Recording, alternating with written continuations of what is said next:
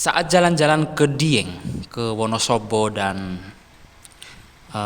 Banjarnegara, terutama di Banjarnegara ya, terutama di Kecamatan Batur, tepatnya di Desa Sumberjo. Ternyata ada hal yang unik di sana, yaitu atapnya itu menggunakan seng. Jadi kalau di dataran rendah, biasanya kan atap itu identik dengan genting. Seng itu kesannya panas, tapi kalau di daerah Dieng, di daerah dataran tinggi, itu seperti yang saya alami saat jalan-jalan ke Dieng itu di Kecamatan Batur, Desa Sumberjo, atau di Desa Dieng sendiri, Kecamatan Batur, Kabupaten Banjarnegara. Justru atap seng itu menjadi alternatif utama bagi masyarakat di situ ya, di dataran tinggi Dieng, Kabupaten Wonosobo maupun di Banjarnegara.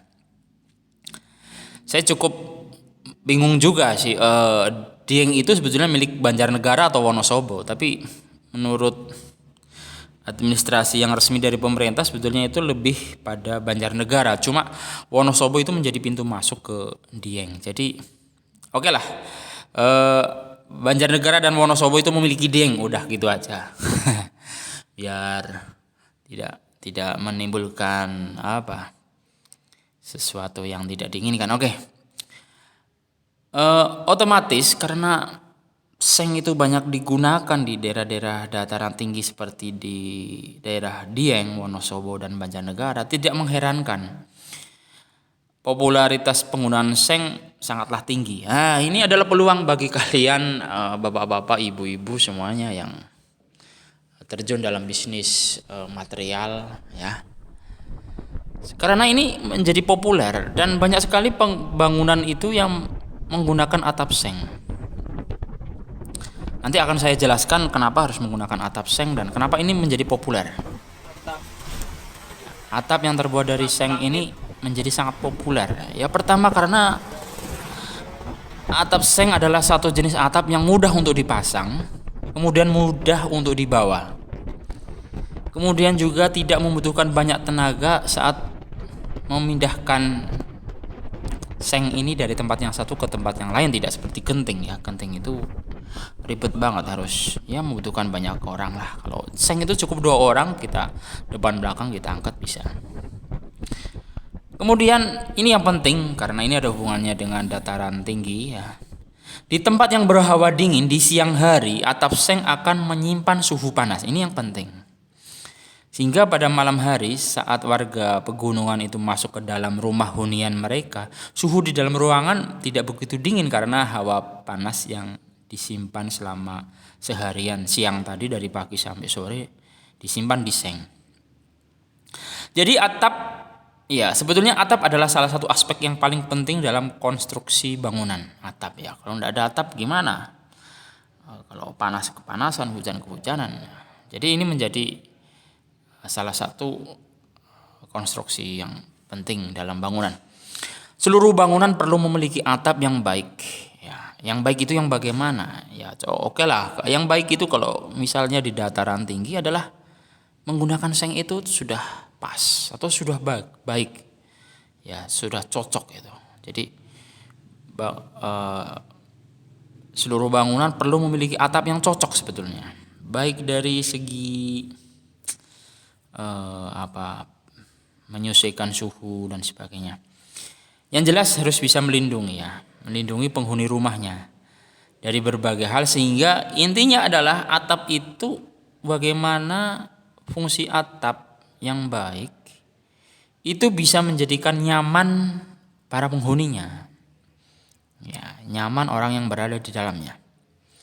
Tidak semua bangunan dibuat dengan konstruksi atap yang sama. Artinya tidak semua harus genteng, tidak semua harus dak-dak, pakai dak-dakan gitu ya. Tidak semuanya juga harus pakai ijuk, tidak semuanya harus pakai seng. Tapi kalau di dataran tinggi, kayaknya sepertinya yang cocok adalah memakai seng. Itu yang saya lihat ini di Desa Sumberjo, Kecamatan Batur, Kabupaten Banjarnegara. Salah satu bahan atap yang bisa diaplikasikan dengan mudah pada berbagai konstruksi bangunan adalah atap seng. Betul atau tidak? Betul kan? Iya. Itu tadi sudah saya katakan di awal, seng itu mudah dipasang, mudah dibawa, tidak membutuhkan banyak tenaga saat untuk memindahkannya. Dan keistimewaannya di tempat yang dingin seperti di dataran tinggi Dieng ini, seng itu siang hari menyimpan panas dan pada malam hari akan mengeluarkan hawa panas. Sehingga yang seharusnya pada malam hari itu dingin, cuaca sangat dingin, bahkan bisa sampai berapa itu? -1 Celcius ya, pernah ya kan di tahun bulan Juli 2022 ini Wonosobo Dieng itu diperkirakan ya, bulan Juli 2022 ini sampai -1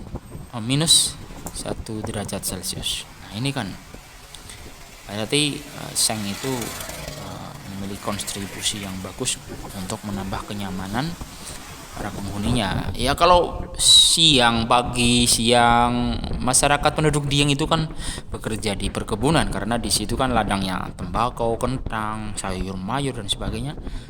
Ya. Nanti kita akan kupas lagi, ternyata seng itu berguna untuk dalam hal produksi sayur mayur ya. Oke, kita kembali lagi bahwa atap seng itu mudah diaplikasikan sebagai konstruksi atap. Atap seng juga digunakan hampir kebanyakan orang di Indonesia. Seperti kita ketahui di dataran tinggi di Minangkabau juga memakai seng kan ya. Di Jawa walaupun di dataran rendah untuk rumah-rumah joglo itu menggunakan seng.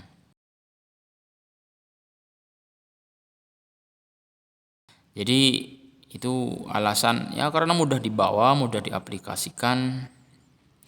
Oke, kita kulik sebentar, kita review sebentar. Desa Sumberjo itu merupakan ya Desa Sumberjo yang pernah saya datangi ya.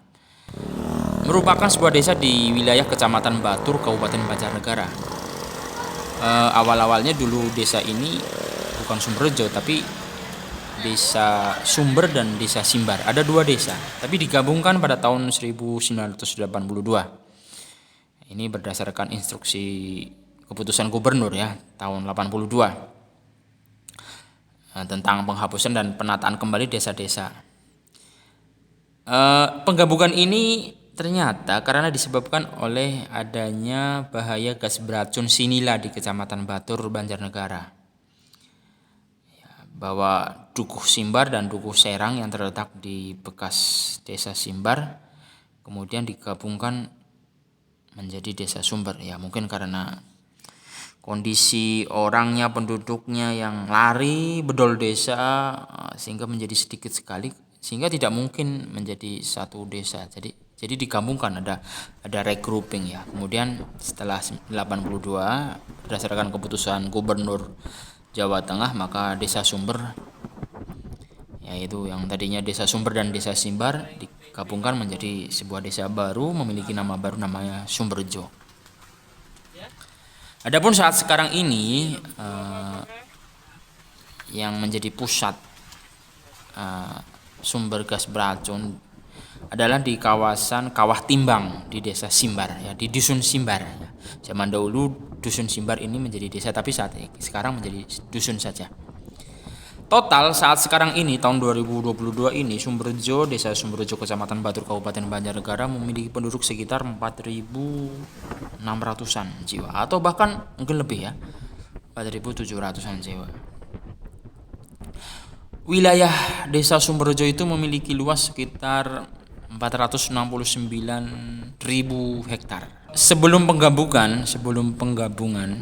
regrouping, Desa Simbar itu hanya 469. Tapi setelah penggabungan Desa Sumberjo ini menjadi luasnya itu 850.000 hektar. Sebelah utara berbatasan dengan Kabupaten Batang, sebelah selatan berbatasan dengan Kecamatan Pejawaran, sebelah timur berbatasan dengan Desa Pekaseran dan Desa Pasurenan, Kecamatan Batur juga, Kabupaten Banjarnegara.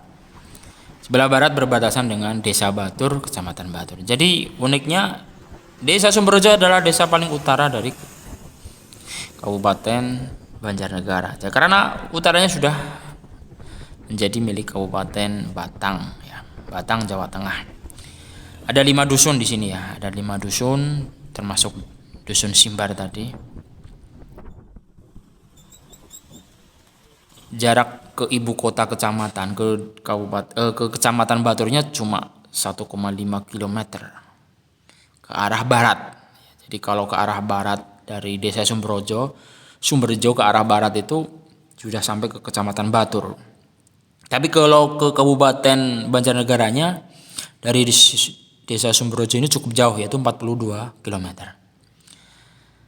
Iklim di desa Sumberjo memiliki iklim tropis dengan curah hujan tinggi dan berada dalam wilayah pegunungan dan perbukitan dengan suhu rata-rata 12 sampai 20 derajat Celcius. Kecuali di bulan Juli 2022 ini bisa sampai di bawah 10, di bawah 5 bahkan. Dikabarkan -1 Celcius. Desa Sumberjo juga merupakan daerah kawasan bencana tinggi karena ada kawah timbang yang berpotensi mengeluarkan gas beracun CO2.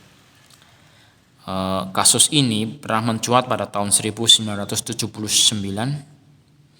yang dikenal dengan peristiwa Sinila, yang banyak orang itu mati menjadi korban.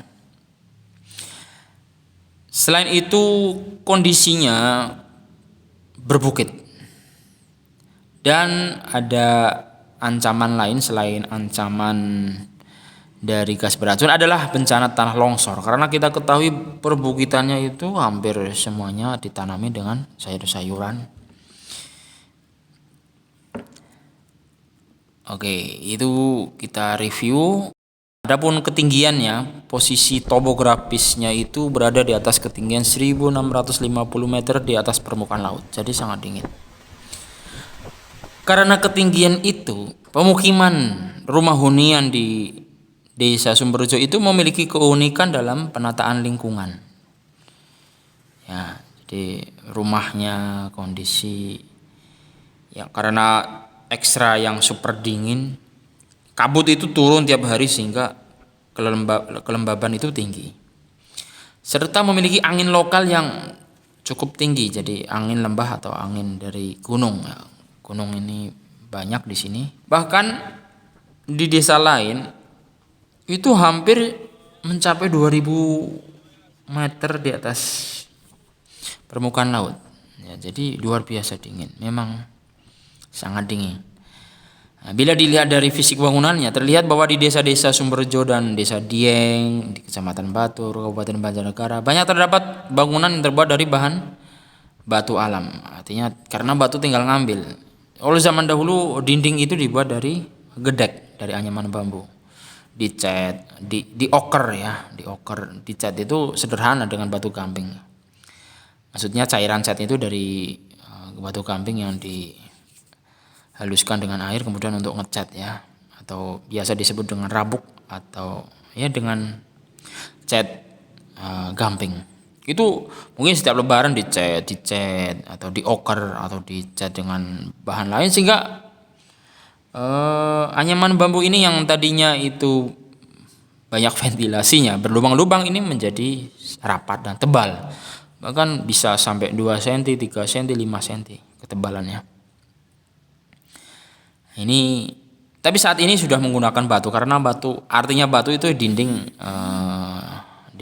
atau pondasi itu menggunakan batu karena tinggal ngambil saja. Ya.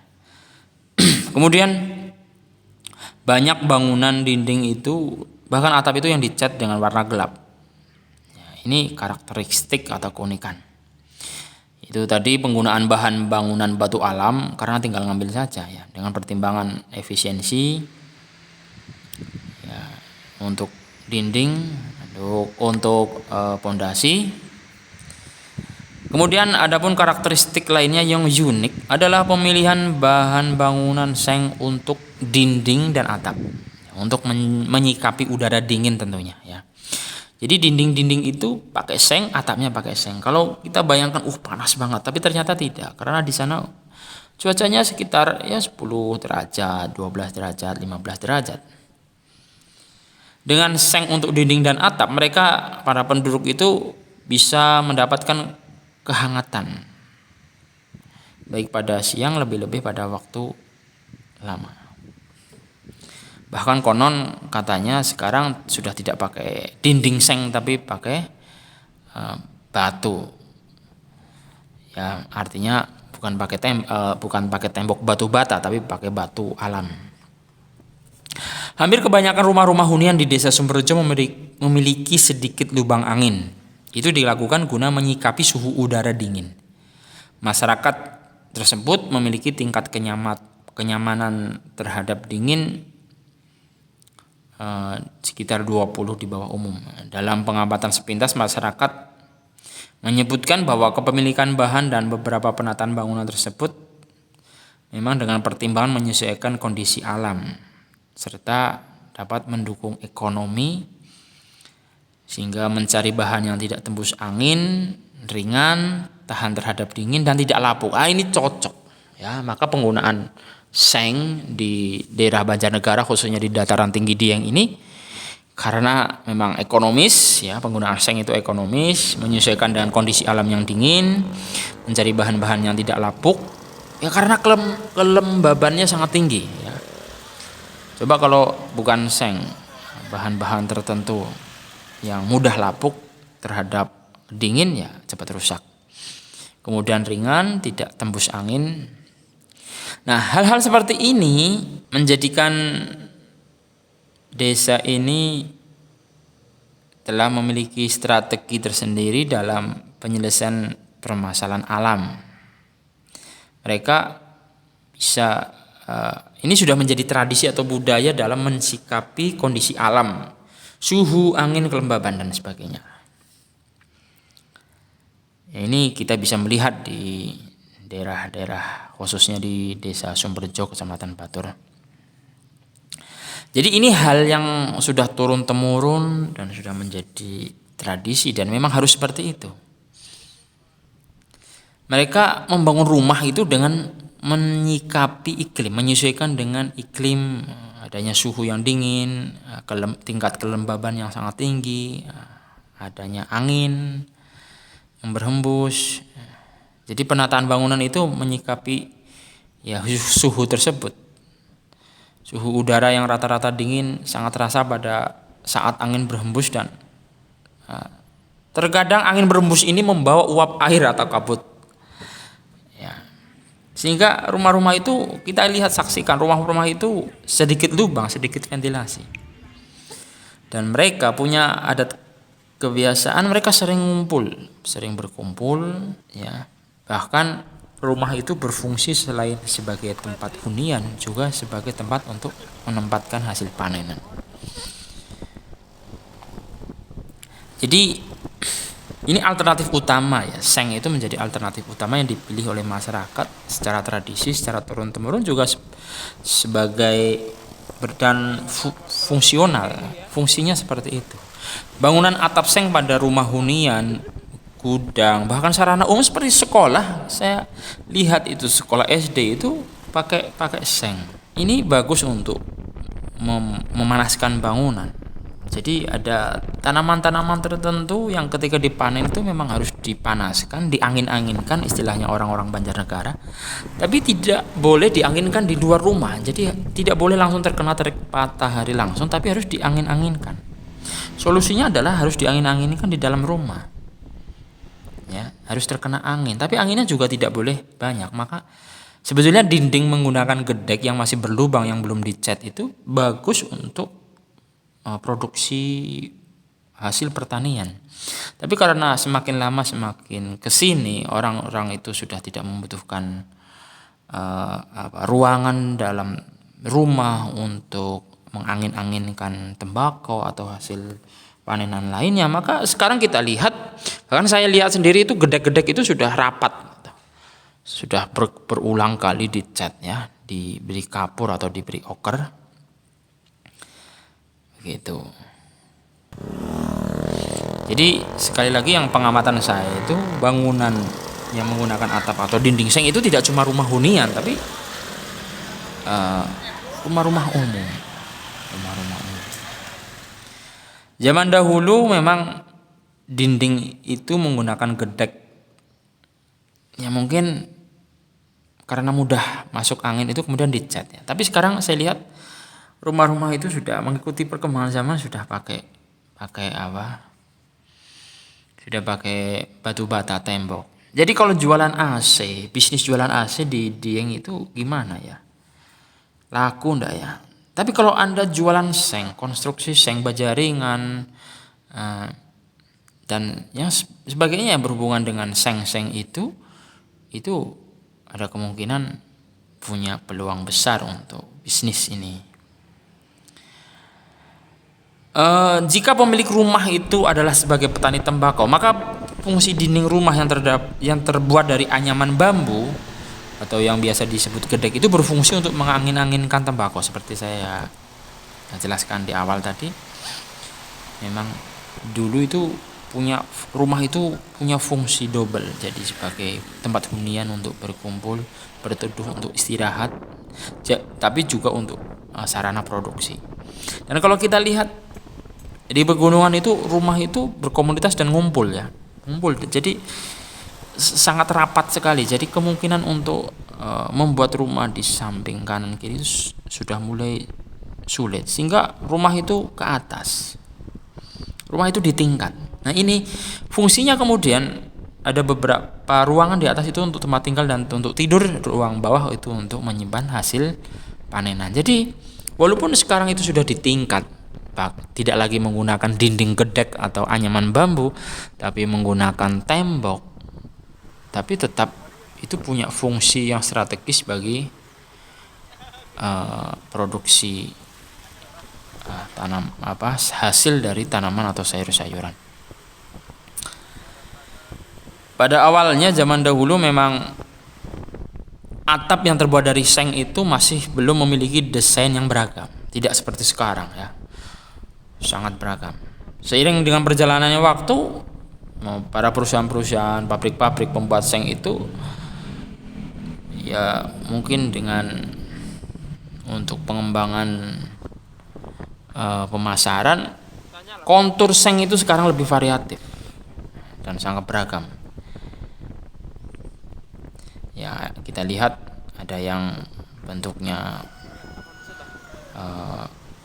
kotak-kotak, ada yang bergelombang dan sebagainya. Itu kita juga bisa lihat hal itu di rumah-rumah zaman sekarang yang cenderung menggunakan istilahnya itu baja ringan ya. Atap seng itu sebetulnya sangat kuat dan memiliki tekstur yang kasar. Tapi aplikasinya itu sangat mudah dan tidak membutuhkan pengaturan yang sulit. Itu atap seng. Beberapa kelebihan dan kekurangan akan saya coba kemukakan di sini. Kelebihannya itu atap seng itu memiliki ketahanan yang tinggi terhadap korosi ya, terhadap karat. Kemudian atap seng itu punya karakter warnanya yang cerah, kemudian ramah terhadap lingkungan, dan materialnya ini di kemudian hari bisa didaur ulang sehingga tidak mencemari bumi. Dan mampu menahan panas. Tapi kalau di daerah pegunungan, keunikannya, kelebihannya adalah menyimpan panas. Dan yang terakhir, kelebihannya adalah ekonomis, artinya lebih murah. Namun demikian, penggunaan seng itu memiliki kekurangan, antara lain kalau penyok ini sudah tidak bisa diperbaiki. Misalnya terkena lemparan batu dari anak-anak, langsung berlubang, bisa berlubang. Kalau genting kena lemparan batu pecah, genting cuma satu, kita ganti satu genting, ukurannya kecil kan. Tapi kalau seng gimana ini, nempelnya mau gimana, itu kan sulit. Kemudian kekurangan dari seng ini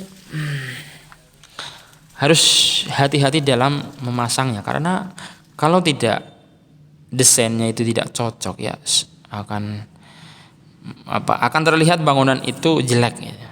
Makanya memang harus dipasang dengan ya cocok desainnya, antara bangunannya dengan atapnya itu cocok enggak kalau dipasang seng. Oke, itu yang bisa saya sampaikan tentang karakteristik rumah-rumah di Dieng yang saya temui di Desa Sumberjo, Kecamatan Batur, Kabupaten Banjarnegara. Ternyata yang paling utama adalah karena murah, mudah, kemudian mengandung nilai penyesuaian terhadap iklim, suhu, lingkungan alam yang dingin sehingga menyimpan panas di siang hari. Efek lain memang kalau hujannya itu besar-besar atau yang kita sebut dengan hujan es batu itu ya, itu berisiknya minta ampun ya. Jadi hujan yang besar-besar yang membawa seperti es salju itu karena seng itu ya berisik, kita ngobrol saja atau ada acara pengajian tidak terdengar. Oke, ketemu lagi dalam review berikutnya. Terima kasih sudah nonton. Jangan lupa subscribe. Mudah-mudahan tayangan ini bermanfaat bagi kita semua. Assalamualaikum warahmatullahi wabarakatuh.